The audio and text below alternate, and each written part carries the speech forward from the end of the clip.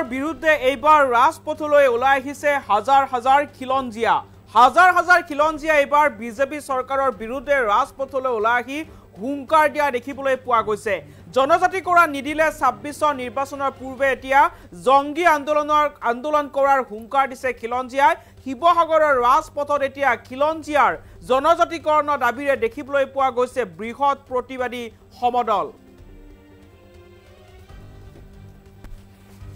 BJP চৰকাৰক হুংকাৰ দি পুনৰ ৰাজ্যত বিশাল প্ৰতিবাদ। জনজাতিকৰণৰ দাবীৰে ৰাজপথলৈ ওলাই আহিল হাজাৰ হাজাৰ খিলঞ্জীয়া। বিজেপি চৰকাৰৰ বিৰুদ্ধে ৰাজ্যৰ প্ৰান্তে প্ৰান্তে জোৰ সমদল কাৰ্যসূচী। সদৌ টাই আহোম ছাত্ৰ সন্থাৰ বিশাল প্ৰতিবাদত এইবাৰ কপিল শিৱসাগৰ। হাতে হাতে জোৰ লৈ তলাতল ঘৰ প্ৰাংগণৰ পৰা বৃহৎ প্ৰতিবাদী সমদল। ইফালে কলিয়াবৰত ওলাই আহিল নগাঁও জিলা কোচ ৰাজবংশী ছাত্ৰ সন্থা। ৩ সহস্ৰাধিক লোকৰ জোৰ সমদলত কঁপি উঠিল কলিয়াবৰৰ ৰাজপথ। ২৬ নিৰ্বাচনৰ আগত জনজাতিকৰণ নকৰিলে জংগী আন্দোলনৰ হুংকাৰ দিছে এতিয়া খিলঞ্জীয়াই। আৰু বিজেপি চৰকাৰক হুংকাৰ দি এতিয়া ৰাজ্যত বিশাল প্ৰতিবাদী কাৰ্যসূচী দেখিবলৈ পোৱা গৈছে। ৰাজ্যৰ প্ৰান্তে প্ৰান্তে জনজাতিকৰণৰ দাবীৰে এতিয়া বিজেপি চৰকাৰখনৰ বিৰুদ্ধে দেখিবলৈ পোৱা গৈছে খিলঞ্জীয়াৰ প্ৰতিবাদ। হাতে হাতে জোৰ লৈ এতিয়া খিলঞ্জীয়া ৰাজপথলৈ ওলাই আহিছে। বিজেপি চৰকাৰখনৰ বিৰুদ্ধে হুংকাৰ দি পুনৰ এতিয়া খিলঞ্জীয়াই কঁপাইছে ৰাজপথ। শিৱসাগৰৰ দৃশ্য দেখুৱাই আছো। শিৱসাগৰত এনেদৰে এতিয়া জনজাতিকৰণৰ দাবীৰে ৰাজপথলৈ ওলাই আহিছে হাজাৰ হাজাৰ খিলঞ্জীয়া। শিৱসাগৰৰ ৰাজপথ এক প্ৰকাৰ এতিয়া খিলঞ্জীয়াৰ প্ৰতিবাদত কঁপি উঠিছে। সদৌ টাই আহোম ছাত্ৰ সন্থাৰ বিশাল প্ৰতিবাদত কঁপি উঠিল এইবাৰ শিৱসাগৰ। হাতে হাতে জোৰ লৈ তলাতল ঘৰ প্ৰাংগণৰ পৰাই দেখিবলৈ পোৱা গৈছে বৃহৎ প্ৰতিবাদী সমদল।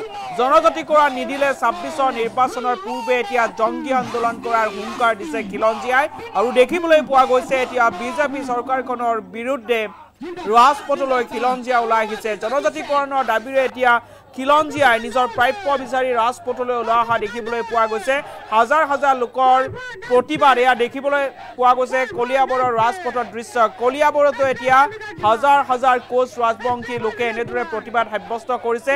জোৰ সমদল লৈ এতিয়া কোচ ৰাজবংশী লোকে এতিয়া বিজেপি চৰকাৰখনৰ বিৰুদ্ধে প্ৰতিবাদ সাব্যস্ত কৰা দেখিবলৈ পোৱা গৈছে। ৩ সহস্ৰাধিক লোকৰ কোচ ৰাজবংশী লোকৰ উত্তাল প্ৰতিবাদত এয়া নগাঁও ৰাজপথৰ দৃশ্যাংক দেখুৱাই আছো। জনজাতিকৰণৰ দাবীৰে এইবাৰ ওলাই আহিছে কোচ ৰাজবংশী ছাত্ৰ সন্থা।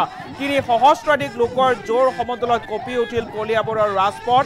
২৬ নিৰ্বাচনৰ আগত জনজাতিকৰণ নকৰিলে জংগী আন্দোলনৰ হুংকাৰ দিছে এতিয়া প্ৰতিবাদকাৰীসকলে। এক প্ৰকাৰ এতিয়া খিলঞ্জীয়াৰ প্ৰতিবাদ আৰম্ভ কৰিছে। উজনিৰ পৰা নামনিলৈ ৰাজ্যৰ প্ৰান্তে প্ৰান্তে এতিয়া বিজেপি চৰকাৰখনৰ বিৰুদ্ধে প্ৰতিবাদ সাব্যস্ত কৰা হৈছে। খিলঞ্জীয়াই জনজাতিকৰণ বিচাৰি এতিয়া বিজেপি চৰকাৰখনৰ বিৰুদ্ধে এতিয়া ৰাজপথলৈ ওলাই আহিছে। এনেদৰে এতিয়া হাজাৰ হাজাৰ লোকৰ প্ৰতিবাদত এতিয়া কঁপি উঠিছে ৰাজ্যৰ ৰাজপথ। শিৱসাগৰৰ সমান্তৰালভাৱে এতিয়া কলিয়াবৰতো কোচ ৰাজবংশী ছাত্ৰ সন্থাই প্ৰতিবাদ সাব্যস্ত কৰিছে।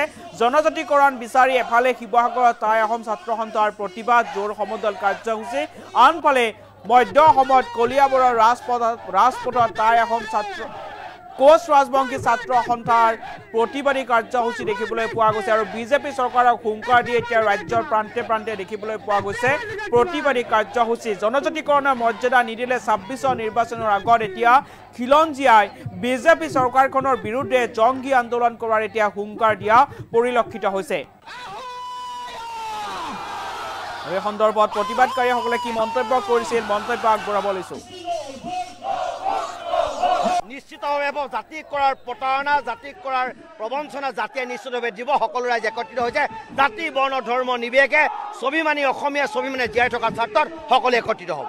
মই দেখুৱাইছো এয়া বসন্তগড় পুনৰ যাম আচলতে এক ঐতিহাসিক মুহূৰ্ত ৰংপুৰা বৰঘৰৰ পৰা আচলতে চৰকাৰলৈ আজি হুংকাৰ মই দেখুৱাইছো এয়া ঐতিহাসিক তলাতল ঘৰ প্ৰাংগণ প্ৰতিদিনে আচলতে প্ৰতিবাদ হৈছে প্ৰতিদিনে আচলতে প্ৰতিবাদী মিছিল মাৰিছে তাৰ পিছত কিন্তু ৰাজ্য চৰকাৰ কেন্দ্ৰীয় চৰকাৰৰ এই প্ৰতিবাদকাৰী জনতাৰ দাবীৰ প্ৰতি কোনো ধৰণৰ সঁহাৰি নাই কি ক'ব চৰকাৰে এইটো ৰাজনীতিকৰণ কৰিব বিচাৰিছে চৰকাৰে ৰাজনীতি কৰিব বিচাৰিছে ৰাইজক ভাগ কৰিব বিচাৰিছে প্ৰতাৰণা কৰিছে প্ৰবঞ্চনাৰ ৰাজনীতি কৰিছে গতিকে প্ৰতাৰণাৰ প্ৰবঞ্চনাৰ ৰাজনীতি নচলিব ৰাইজে একত্ৰিত হৈছে জাতীয় স্বাৰ্থ ৰাইজ ওলাই আহিছে অসমৰ অসমীয়া বছৰ স্বাৰ্থ ৰাইজ ওলাই আহিছে সেইকাৰণে অনাগত সময়ত জাতীয় ঐক্যবদ্ধৰে ইয়াৰ বিৰুদ্ধে যুঁজিব আৰু জাতিক কৰা প্ৰতাৰণা জাতিয়ে নিশ্চিতভাৱে দিব এইবাৰ কোনো কাৰণতে চৰকাৰৰ টোপ গিলা নহ'ব কোনো কাৰণতে আচলতে টোপ গিলা প্ৰতিবাৰে নিৰ্বাচনৰ বাবে আচলতে যি টোপ দিয়ে সেই টোপ কিন্তু এবাৰ নিগিলে সেয়া স্পষ্ট কোনো কাৰণত গিলা নহ'ব জাতিয়ে নিজৰ জাতীয় কেনেকৈ ৰক্ষা কৰিব লাগে জানে উঠি অহা নৱপ্ৰজন্মই কেনেকৈ নিজৰ ভৱিষ্যত সুৰক্ষিত কৰিব লাগে জানে সকলোৱে একত্ৰিত হৈছে গতিকে একত্ৰিত হৈ এটা আৱাজ দিছে যে জাতিক প্ৰতাৰণা কৰাৰ প্ৰতিশ্ৰুতি ফল জাতিয়ে নিশ্চিতভাৱে দিব তাৰ কাৰণে সকলো সংঘবদ্ধ হৈছে ঐক্যবদ্ধ ইয়াৰ পিছতো যদি চৰকাৰে কোনো ধৰণৰ সহায় নযায় অনাগত সময়ত ২৬ নিৰ্বাচনৰ পৰা আচলতে ইয়াতকৈ ভয়ংকৰ আন্দোলন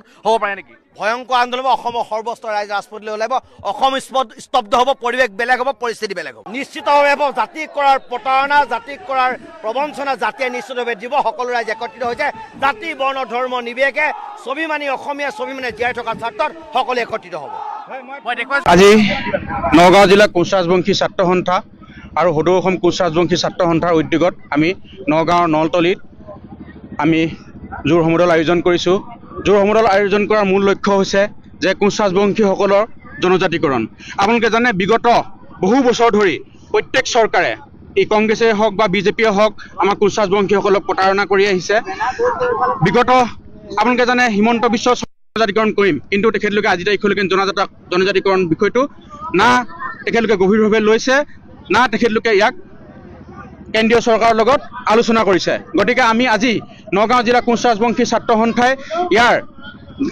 গণতান্ত্ৰিকভাৱে আমি প্ৰতিবাদী কাৰ্যসূচী লৈছোঁ অতি সোনকালে আমাক কোচ ৰাজবংশীসকলক জনজাতিকৰণ কৰিব লাগে আপোনালোকে নিশ্চয় জানে 1996 চনত কোচ ৰাজবংশীসকল আমি জনজাতি অন্তৰ্ভুক্ত হৈছিলোঁ কিন্তু পিছত আমাৰ এমেণ্ডমেণ্টখন লেপছ হোৱাৰ পিছত আমাৰ জনজাতিকৰণৰ যি মৰ্যাদা সেই মৰ্যাদা তেখেতলোকে উঠাই দিলে ভাৰতবৰ্ষতে নহয় পৃথিৱীৰ বুৰঞ্জীত চাগে আমিয়ে এটা জনজাতি হ'ম যি এবাৰ জনজাতি পোৱাৰ পিছত আমাৰ আকৌ সেই জনজাতি মৰ্যাদা উঠাই দিয়া হৈছে গতিকে ই সাংবিধানিকভাৱে অতিকৈ অন্যায় কৰা হৈছে আমাৰ লগত কোচ ৰাজবংশী জনগোষ্ঠীৰ লগত গতিকে আজি জনগণ ওলাই আহিছে একদম নিজৰ স্বতঃস্ফূৰ্তভাৱে ইয়ালৈ ওলাই আহিছে আৰু তেখেতলোকে কৈছে যে আমাক যি গণতান্ত্ৰিক অধিকাৰ জনজাতিকৰণ এই জনজাতিকৰণ হ'বই লাগিব আৰু আমি জনজাতিকৰণ হয় আমি তালিকাভুক্ত জনজাতি নহ'ব পাৰোঁ কিন্তু আমি আমাৰ যি বৈশিষ্ট্য আছে সেই বৈশিষ্ট্য মতে আমি এজন জনজাতীয় ব্যক্তি আমাৰ ৰজা মহাৰজাসকল জনজাতীয় ৰজা মহাৰজাই আছিলে গতিকে আমাৰ যিখিনি জনজাতিকৰণ থাকিবলগীয়া বৈশিষ্ট্য জনজাতি হোৱাৰ পৰা যিখিনি বৈশিষ্ট্য সেই বৈশিষ্ট্য সম্পূৰ্ণ আমাৰ আছে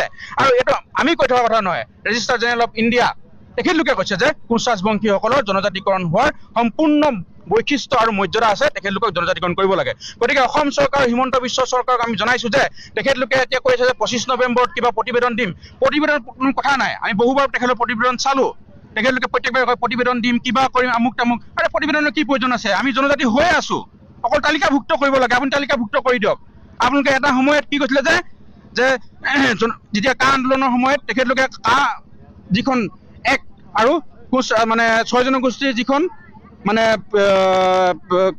বিলখন সেই বিলখন দুইখন তেখেতলোকে ৰাজ্যসভাত উত্থাপন কৰিছিলে কিন্তু চিটিজেনশ্বিপ এমেণ্ডমেণ্ট বিলখন তেখেতলোকে এক্টলৈ পৰিণত কৰিলে কিন্তু আমাৰ জনজাতিকৰণৰ বিলখন তাতে গাবি থলে অৰ্থাৎ মানে ৰেজিষ্টাৰ জেনেৰেল অফ ইণ্ডিয়া আৰু ট্ৰাইবেল ৰিচাৰ্চ ইনষ্টিটিউটৰ অনুমোদন ক্ৰমেহে এখন বিল ৰাজ্যসভালৈ যাব এখন বিল এনেই ৰাজ্যসভালৈ নাযায় বহুত মানে ডিপ্ল'মেটে তেখেতলোকে গোটেই ক্ৰাইটেৰিয়া চোৱাৰ পিছতহে এখন ৰাজ্যসভালৈ পঠিয়ায় গতিকে ইমানখিনি হোৱাৰ পিছত কিয় প্ৰতিবেদনৰ কথা আছে কোনো প্ৰতিবেদনৰ কথা নাই হিমন্ত বিশ্ব শৰ্মাই মিছলীয়া কাম কৰি আছে আৰু একদম সৰ্বশ্ৰেষ্ঠ মিছলীয়া মুখ্যমন্ত্ৰী হিচাপে তেখেত অলৰেডি পৰিগণিত হৈছে গতিকে আৰু মিছা কথা ক'ব নালাগে আমি তেখেতৰ প্ৰতি এটাই অনুৰোধ আপোনাৰ ৰাজনীতি কৰি থাকক আমাক যি জনজাতিকৰণৰ দাবীটো আছিলে যে এই জনজাতিকৰণটো কৰিব লাগে অতি সোনকালে কৰিব লাগে আৰু আপোনালোকে 2026 বিধানসভাৰ ইলেকশ্যনৰ আগতে যদি কোচ ৰাজবংশীসকলক জনজাতিকৰণ নকৰে তাৰ